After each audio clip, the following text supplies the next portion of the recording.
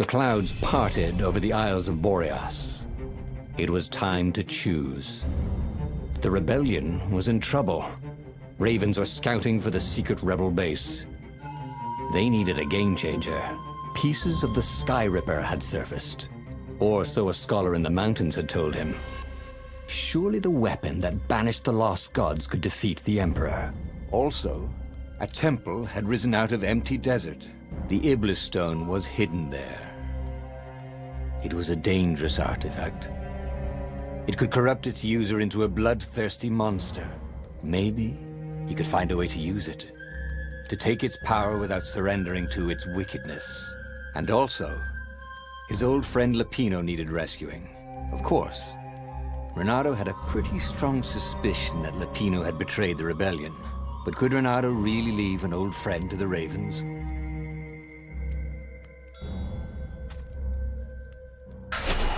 The island was windswept desert. No one went there except ostriches and ostrich hunters. The Iblis stone. It would whisper promises in his ear, offer him power for blood. But this time, Renato was sure he could master it. And so, Renato went ostrich hunting.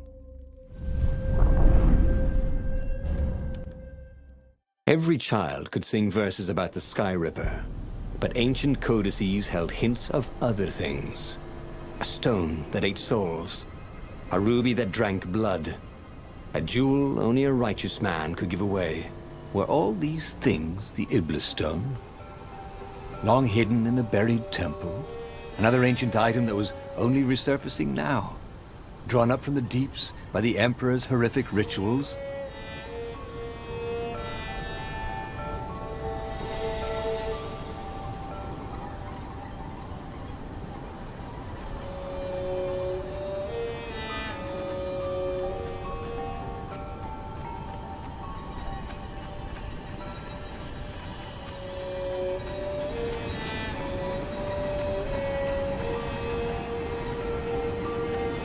What was he doing here? Last time, the stone had fought him for possession of his own soul.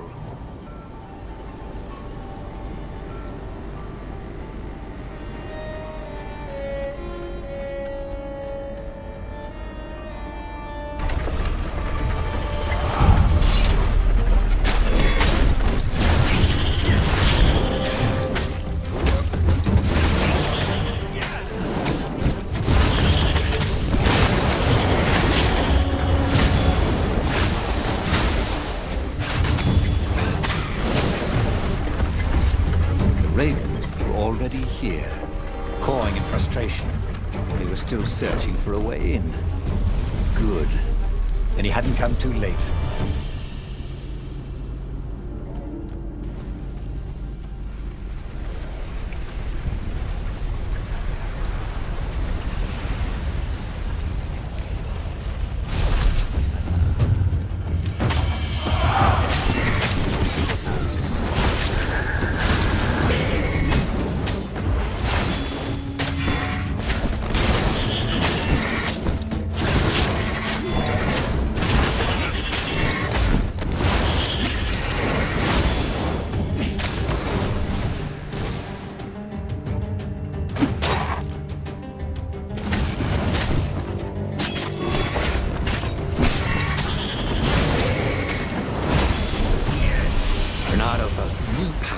Ready to blossom within him, or something.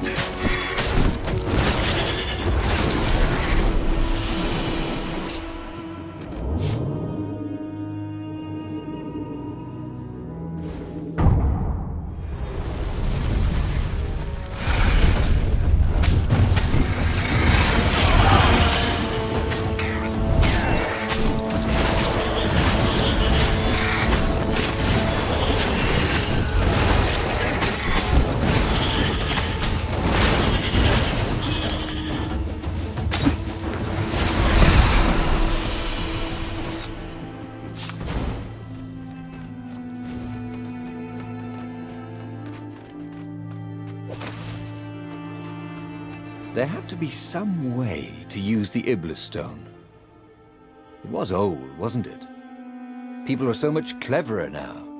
And Renato was pretty sure he was cleverer than most people.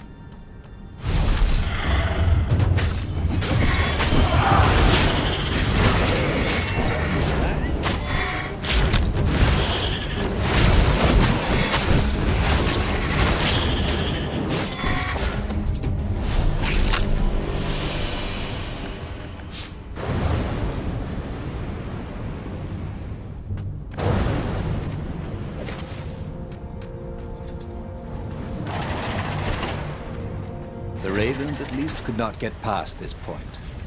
Obviously, the temple builders knew how to deal with tomb raiders.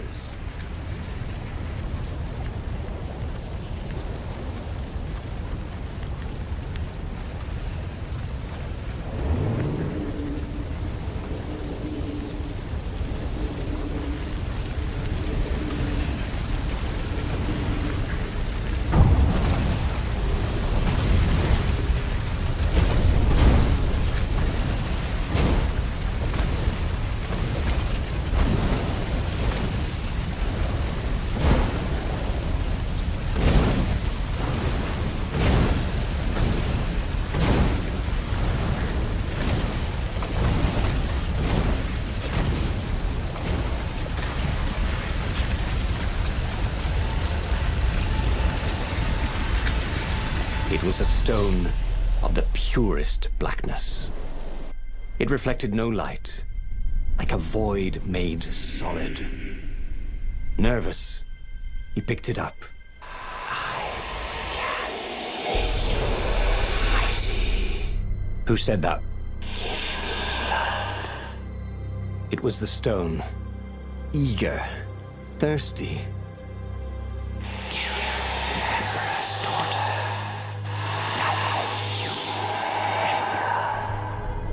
That seemed tempting and terribly wrong. Zenobia was the Emperor's greatest general and a potent witch. But they had been close once, and he had a sneaking suspicion the gem would try to control him. Why not capture the core of Sky Ripper instead? It was the eye of a lost god torn out by the transcendent Emperor to power his greatest weapon. "Not the core," said the stone anxiously. But even though Renato knew how evil the gem was, he had a clever plan for dealing with it. The stone bothered him. He hated being told what to do. Wasn't that why he joined the rebellion? Wasn't that why he'd refused to be a soldier? He'd agreed to come on board only if he could freelance. The stone felt a bit clingy, and he had a feeling it did not have his best interests at heart. The sage Calaveras had told him where to find the Sky Ripper, a weapon capable of challenging the gods. Even without its armature, the core would still possess great power. He would go there. The moment he landed the Farfarer, Renato had a rare feeling of regret. It's not too late, he thought. He could turn around and sail for Zenobia's island. He frowned. Wait a minute. He didn't want to kill Zenobia, did he? Sure, technically she was the enemy, but they'd been at Sword Fu school together. They'd never been lovers, but somehow they'd been closer. She'd told him every secret about herself. Except the biggest one. That she was the Emperor's daughter. whispered the stone. Before it's too late.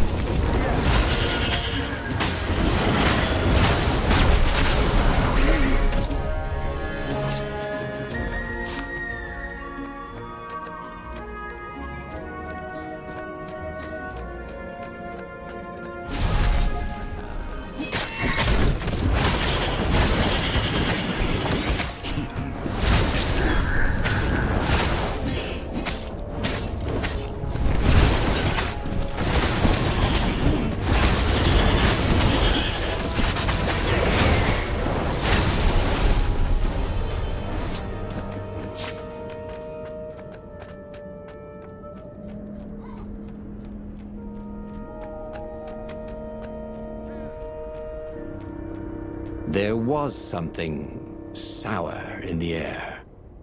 Like the earth had ruptured over something that had been fermenting for a very long time.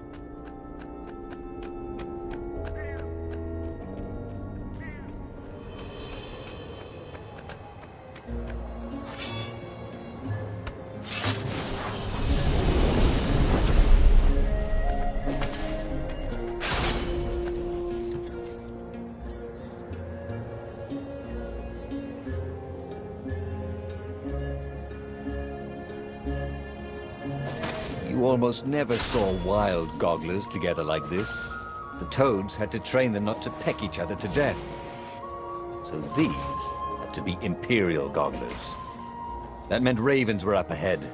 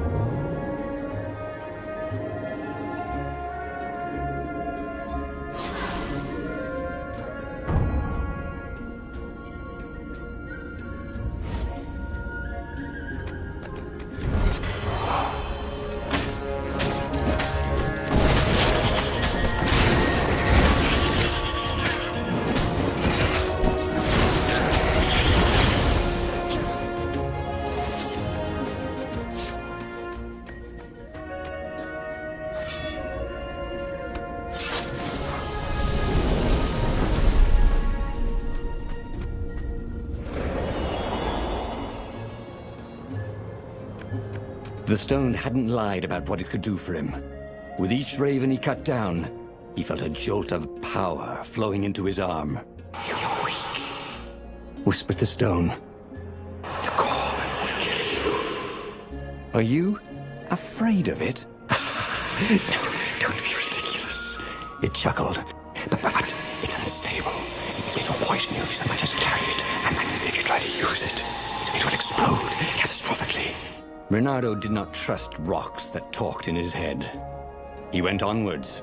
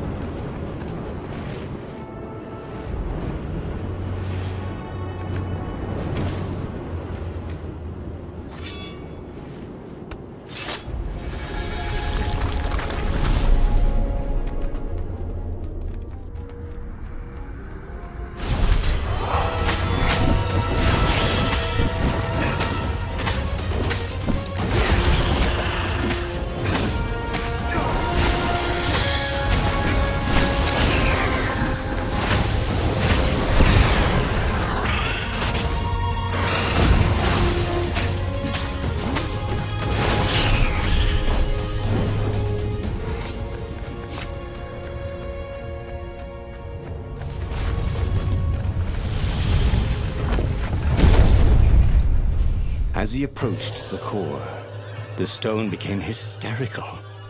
It's too much power. We'll rip a hole in space and time. He had a sudden vision of plunging his gauntlet into the core and dying in anguish. That wasn't his vision, was it? The stone had sent him its darkest fears, hadn't it? He had a sudden impulse to do exactly that. He raised his right fist and plunged it into the core. There was a rush of light.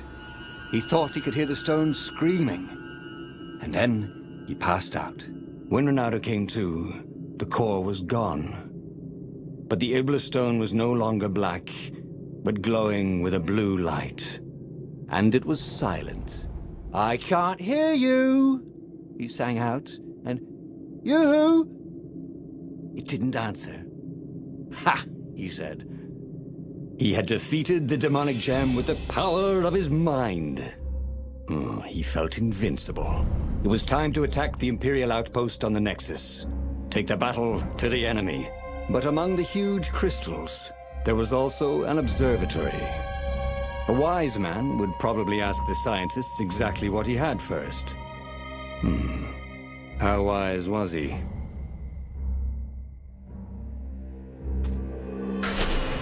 As the Farfarer made its way toward the Nexus, Renato could see tiny sparks in the blackness that was the Iblis stone, as if somewhere within it, the core was still spitting out energy, which the Iblis stone sucked in hungrily. You'd think the stone would want this kind of power, wouldn't it? Thought Renato. Well, the scientists would explain it all.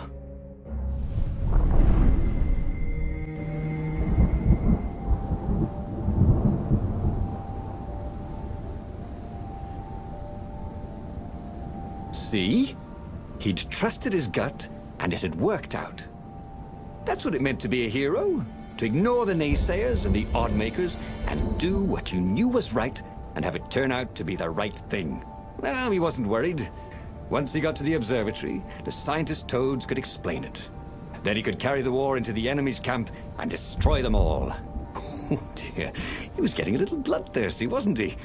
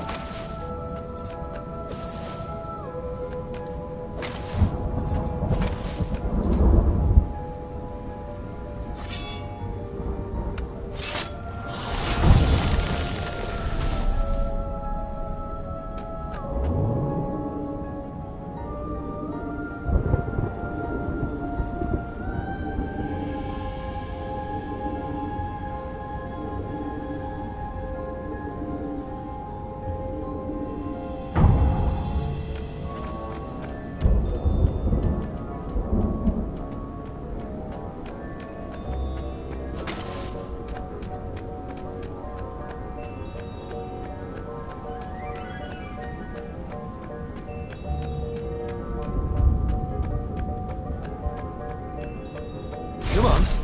One fox, no waiting.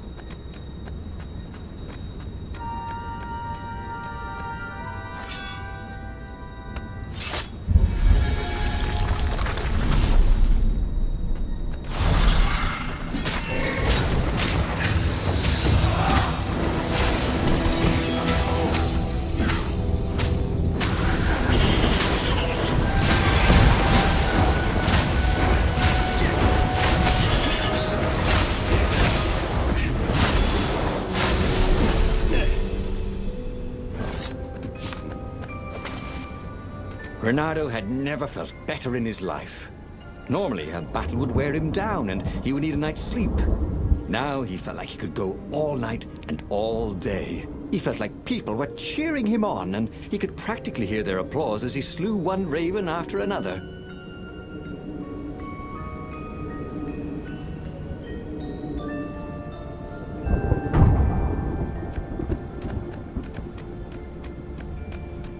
The Imperial fleet was closing in on the rebels, forcing them to come out and fight. Reynardo was itching to bring the fight to the enemy. He had to remind himself not to be too reckless.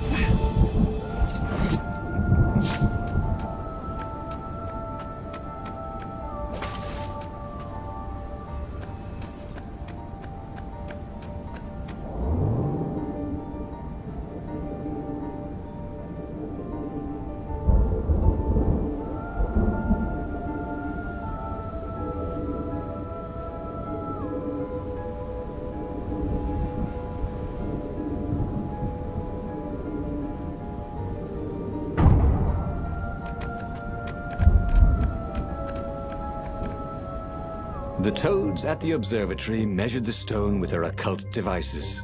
I fed it the core of Sky Ripper, explained Reynardo. No more feed me blood and souls. But the core is not an unlimited energy source, said one toad. Another said, There's a feedback loop, you see, which could overload the stone. The stone doesn't actually feed on souls, claimed a third. but on pain of killing another sentient being.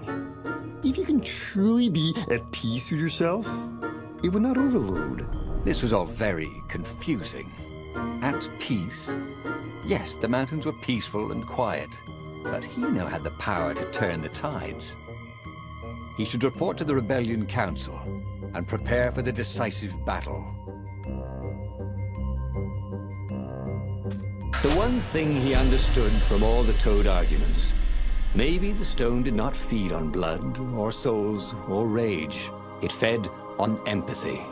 It fed on the pain he felt when he put an end to another being's existence.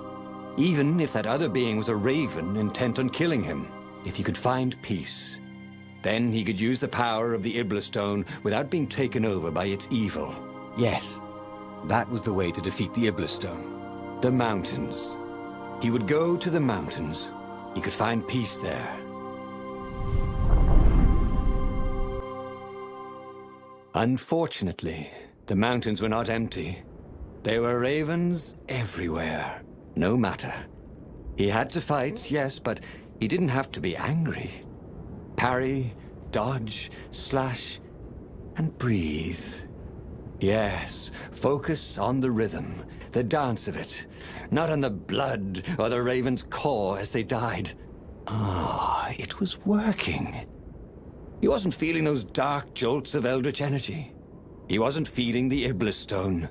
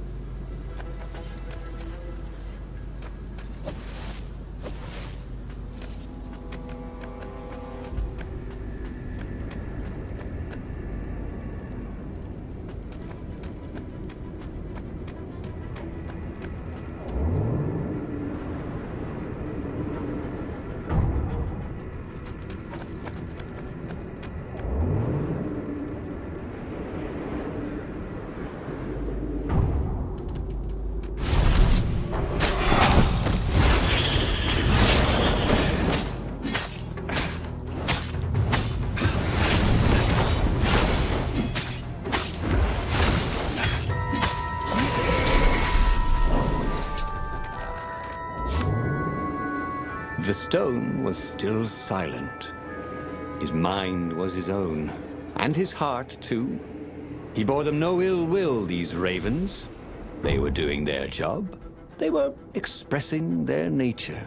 Dance, whirl, parry, jab, and breathe. It was all so simple, wasn't it? But something was missing. He didn't feel truly at peace. Wait. Wasn't this near where Calaveras lived? The sage would help him figure it all out.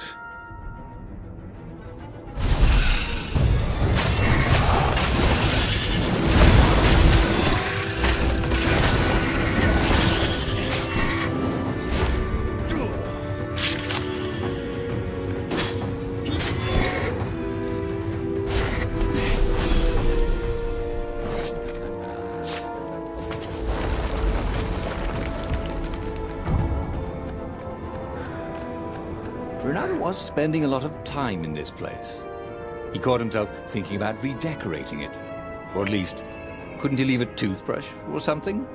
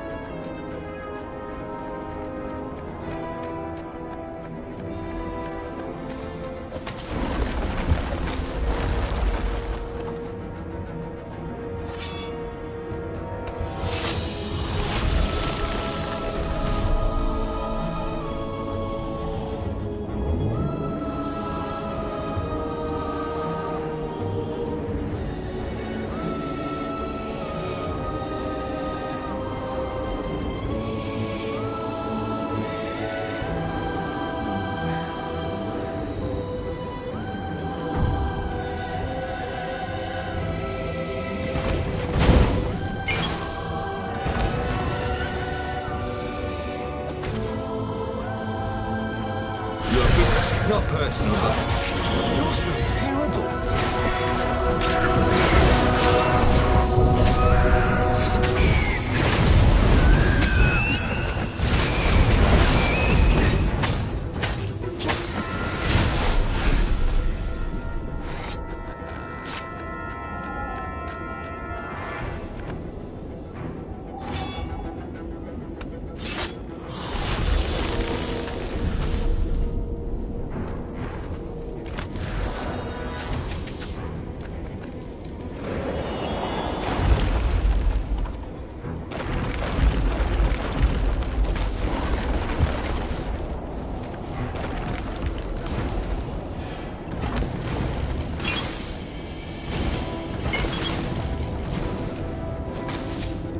Stone, silenced by the Sky Ripper's core, had given Renato enough power to challenge the Imperial fleet.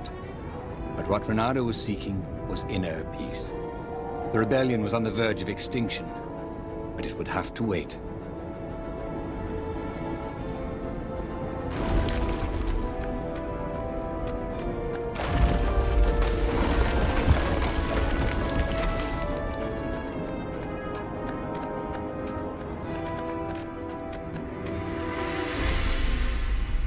At the end of the mountain path, he found the wise Calaveras in his workshop. Do you fix souls or only artifacts? He asked the sage. Does your soul need fixing?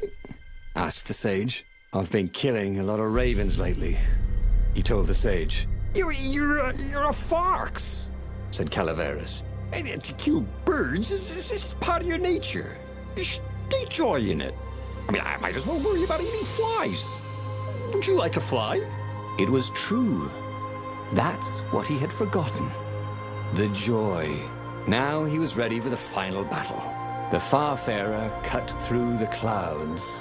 The air had never felt so sweet since he was a child. There it was.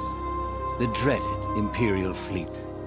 He could smell wet hemp ropes ahead, wood and tar, and ravens. Even the fleet smelt good, somehow.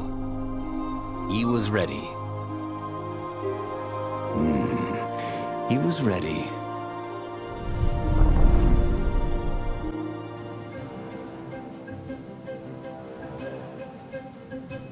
Renato had it all squared away in his head.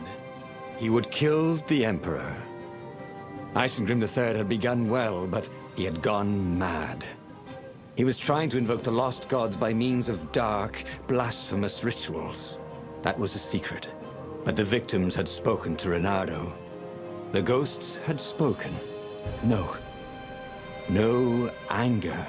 Renato could not afford anger. It was empowering the crystal in his sword. That made him stronger, but it clouded his mind. He would not be a hero. A hero strives. Renato would just be one with everything. The Emperor would die, and the wheel would turn, and all would be restored without rancor, without sorrow, without pain.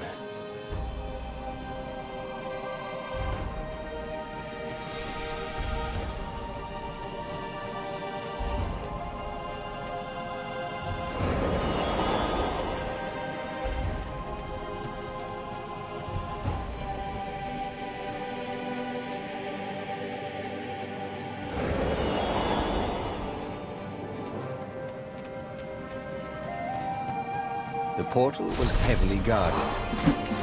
It must go someplace they really didn't want it to go.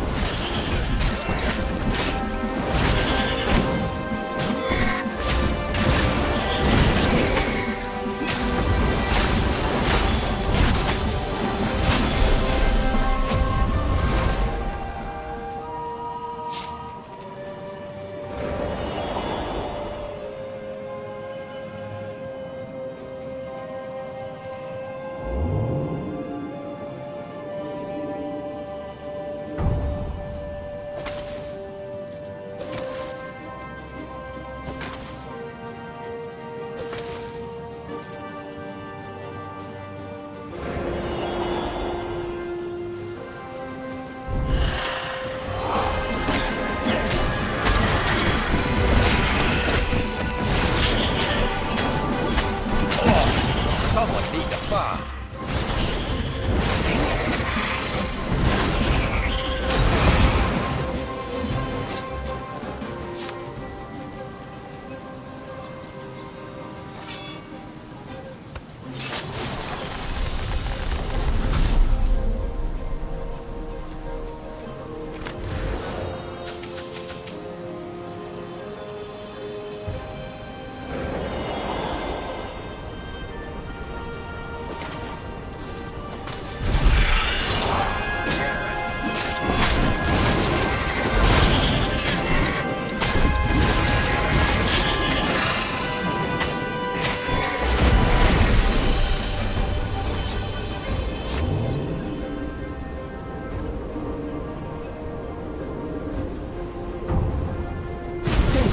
Didn't I just kill your brother?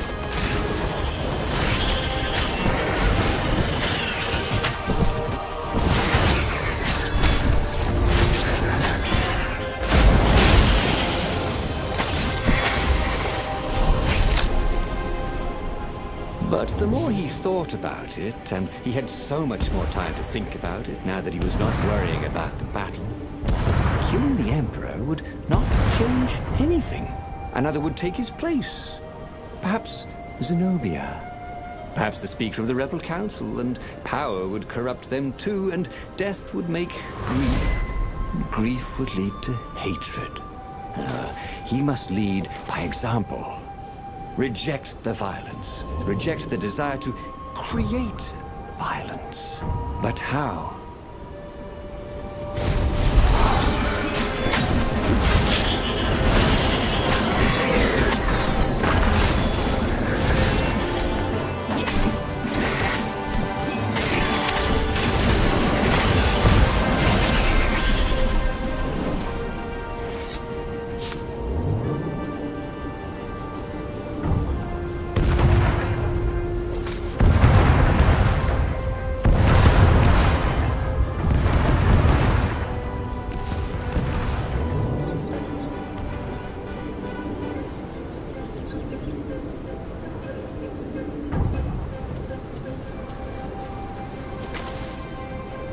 Soon he'd confront the Emperor. Again. This time, he'd make an end of him. He'd screwed up last time, but he had a good feeling about this time.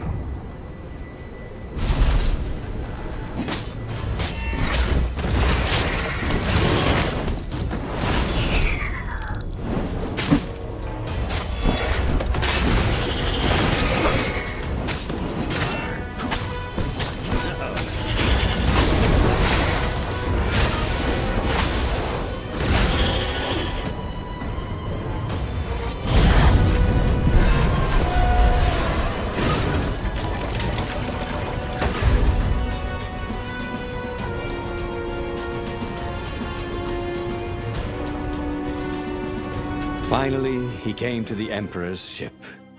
The path behind him was strewn with dead ravens.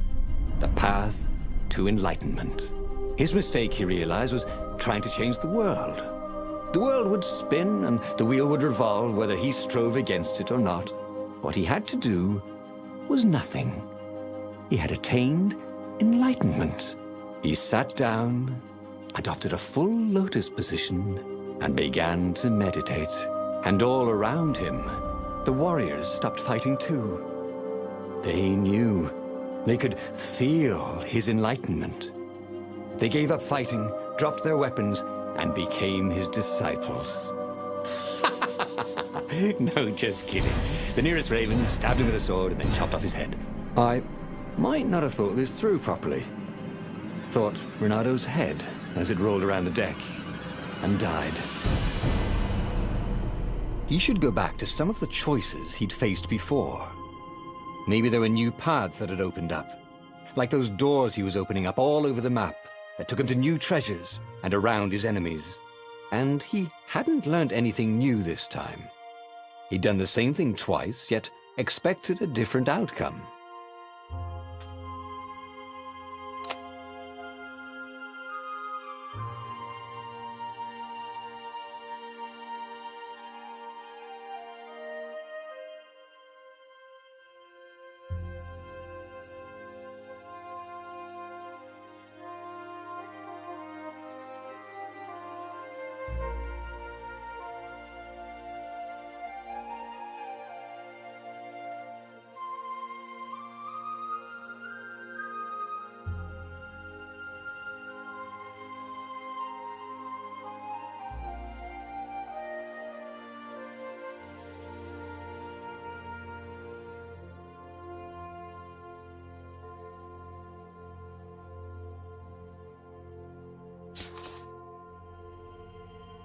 The book's pages fluttered to the beginning once again, faster than before, and he fell.